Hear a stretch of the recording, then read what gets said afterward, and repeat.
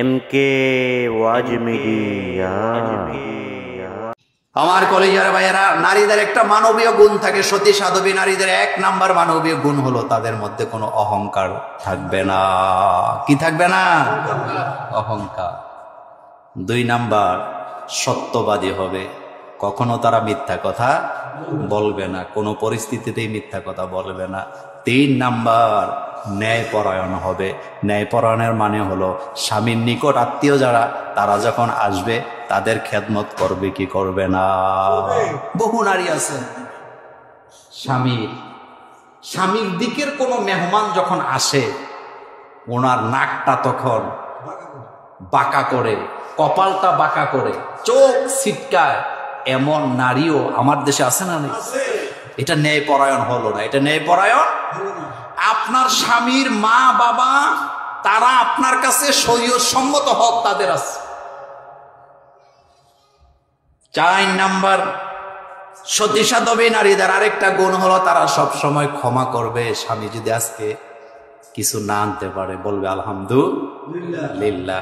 আনতে পারছে তাও আলহামদুলিল্লাহ। এই কথাটা আমরা বুঝি না, ব্যাখ্যা করতে চাই না, অনেক কথা চলে যায়। তাহলে 4 নাম্বার গুণ হচ্ছে ন্যায়পরায়ণ নারীদের, তারা ক্ষমা করে। কি করে? কারো দ্বারা কোনো অন্যায় হয়ে গেছে, স্বামীর ভাইয়ের দ্বারা, স্বামীর বোনের দ্বারা কোনো অন্যায় হয়ে গেছে, অথবা স্বামীর মা অথবা বাবা তার সাথে জুলুম করছে, তখন সে কি করবে? ক্ষমা করে দিবে। 5 নাম্বার, তার মধ্যে দয়া থাকবে। বলেন কি থাকবে? ভিক্ষুক যখন ভিক্ষা করতে আসে, ম্যাক্সিমাম ক্ষেত্রে পুরুষেরা ঘরে থাকে না। পুরুষেরা কি থাকে না? ঘরে থাকে না।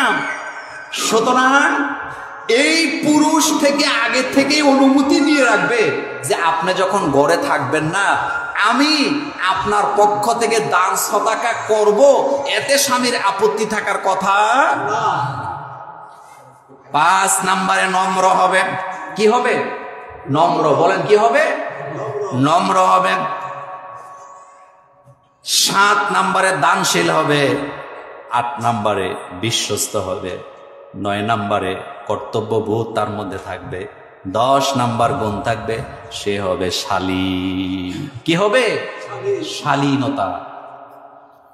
11 নাম্বারে নিরপেক্ষতা। নিরপেক্ষতার একটা ব্যাখ্যা দিই। নিরপেক্ষতা মানে হলো স্বামী তার ভাই বোন আত্মীয় স্বজনের যে অধিকার আদায় করবে, সেখানে সে কোনো হস্তক্ষেপ, কথা আসতে করছেন, করবে না। কি করবে না? কোন জায়গায় হস্তক্ষেপ করবে না? বোনকে দেয়, বোনকে দাওয়াত দেয়, ঈদ আসছে বোনের জন্য 5,000 টাকা করে 4 বোনের জন্য প্যাকেট করছে।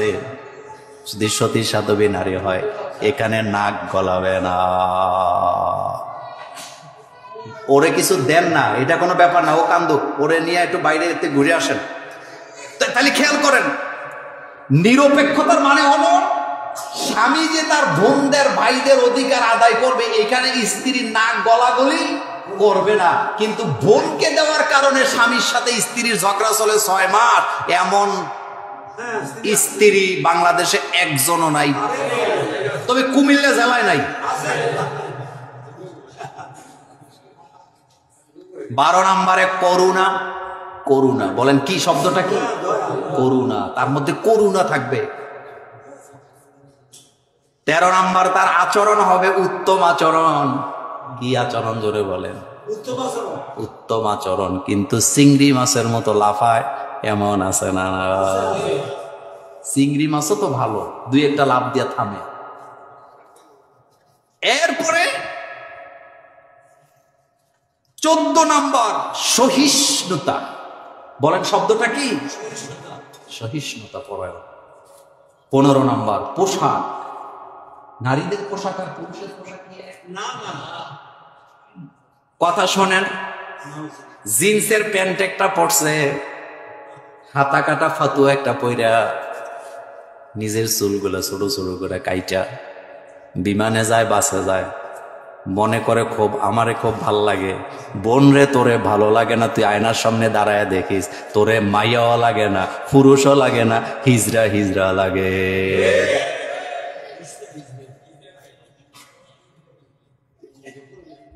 নারীদের ড্রেস আর পুরুষের ড্রেসের মধ্যে সৃষ্টিগতভাবেই পার্থক্য। হযরত আদম আলাইহিস সালাম আর আম্মা জান হাওয়া আলাইহিস সালামকে যখন আল্লাহ দুনিয়াতে পাঠাইলেন, তখন তো দুনিয়াতে এই দুইজন ছাড়া আর কোনো মানুষ ছিল না, কিন্তু তখনই তাদের পোশাকের মধ্যে পার্থক্য আছে না নাই? আদম আলাইহিস সালামকে দিলেন 3টা, আর আম্মা জান হাওয়া আলাইহিস সালামকে দিলেন 5টা। এটার দ্বারা বোঝা যায় সৃষ্টিগতভাবে পোশাকের মধ্যে নারী আর পুরুষের মধ্যে পার্থক্য আছে না না? এতে বিদেশতে আইছে 4 বুড়ি ওজনের চেইন একটা গলা দিয়া এটারে বাইর করে করে রাস্তায় রাস্তায় আড়ে আছে না? তুই কয় টাকার মালিক হইছো? তুমি কয় কেজি স্বর্ণের মালিক হইছো? আল্লাহর সৃষ্টি জগতের সম্পদের তুলনায় তুমি একটা মশার পাকা সমান সম্পদ অর্জন করতে পারবা না।